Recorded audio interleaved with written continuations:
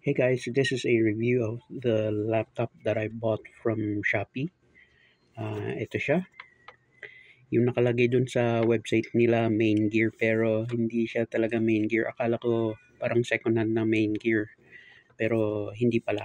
So na-fake tayo dun. Pero tingnan nyo tong laptop. Mukhang okay naman. Kaya lang syempre mumurahin. Kaya ito plastic yung kanyang casing. Yan. So 11.6 yung kanyang display, maliit siya. Tapos Celeron yung kanyang processor. Tapos meron siyang 8 gigabytes of RAM. Tapos buksan natin.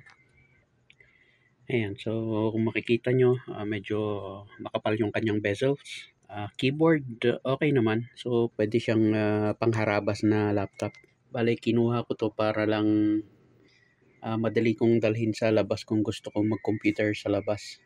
Tapos pwede ko ring paggamit sa anak kung kailangan niya ng computer sa school. So ito yung aking setup ngayon. Yung aking laptop kasi tsaka desktop, medyo mabigat yan pagka dadaling ko sa labas. Kung halimbawa gusto kong mag-work doon sa labas, magpahangin. So ayan, buksan natin. Sorry kung medyo hindi maganda yung ating video. Pero gusto ko lang ipakita yung laptop sa inyo kasi wala akong nakitang nagre-review talaga dun sa Shopee. So yan, yung screen resolution niya medyo maliit lang, tama lang sa regular office use. Halimbawa, gumagamit ka lang ng word processor, yung Excel, Microsoft Office, pwede na to. Ang downside lang nito, medyo hindi maganda yung display. Pagka puti yung tinitignan mong image, medyo bright siya, hindi mo nakikita yung details. Pero kung dark naman, okay naman siya. So yan, naka-pre-install na pala dito Windows 11. Yan. So pinalitan ko lang yung itsura nung kanyang start bar. So check natin yung specs. So ang nangyari pala dito, yung in-order ko, yung 256 GB na SSD. Kaya lang wala silang available na 256 GB kaya 128 na lang. So yun, ni-refund na lang ako nung mga 300 plus. Oops, mali yung aking napindot. Right click. Tsaka maganda yung kanyang touchpad. Malambot lang siya. Info. Ayan, system information. So yan yung kanyang specs. Windows 11 Pro. Tapos makikita nyo dyan yung kanyang processor, Celeron. Dual core siya. Ayan. Tapos 8 gigs of RAM. Hindi yata nakikita rito yung kanyang memory. Ayun, yung RAM niya 8 gigabytes. 8 GB. Ito siya.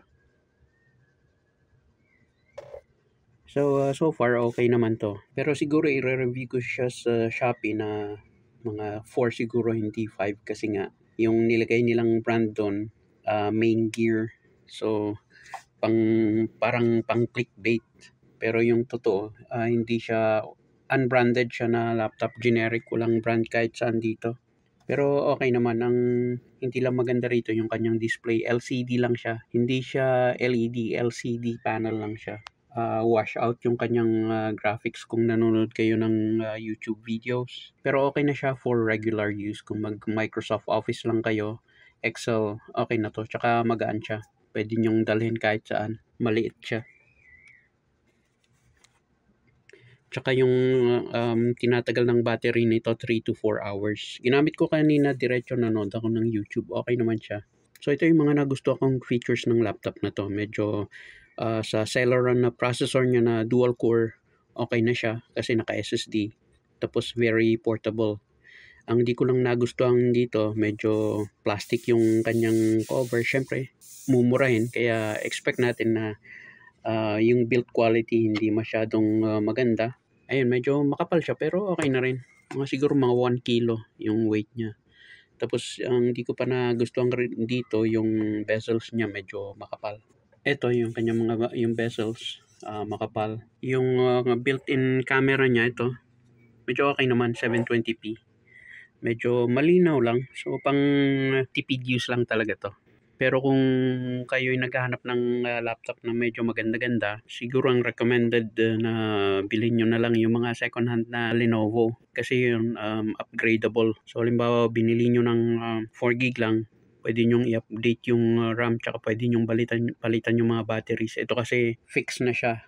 Yung pwede mong i-upgrade dito yung SSD lang pero yung memory fix na siya.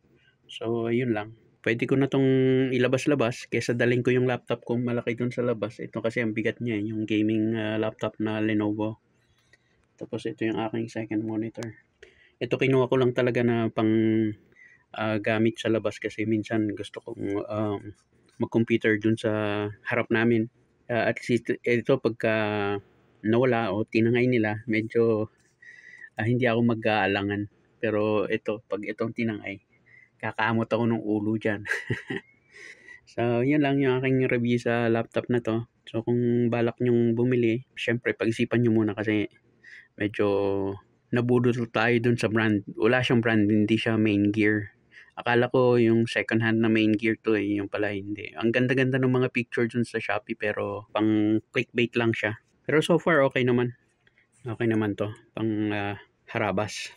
Ang isa pa dito pala, hindi maganda yung kanyang speaker. So, kailangan mo ng external speaker. Yung Bluetooth speaker kasi may Bluetooth naman to. So, yun din ang isang bibiling ko next time. Yung medyo maganda-gandang Bluetooth speaker pang outdoor. Gusto ko kasi pagka naglalaba ako, meron akong sounds tsaka nanonood ng video. So, okay na to. So, yun lang. Medyo matagal tayong hindi nag-upload.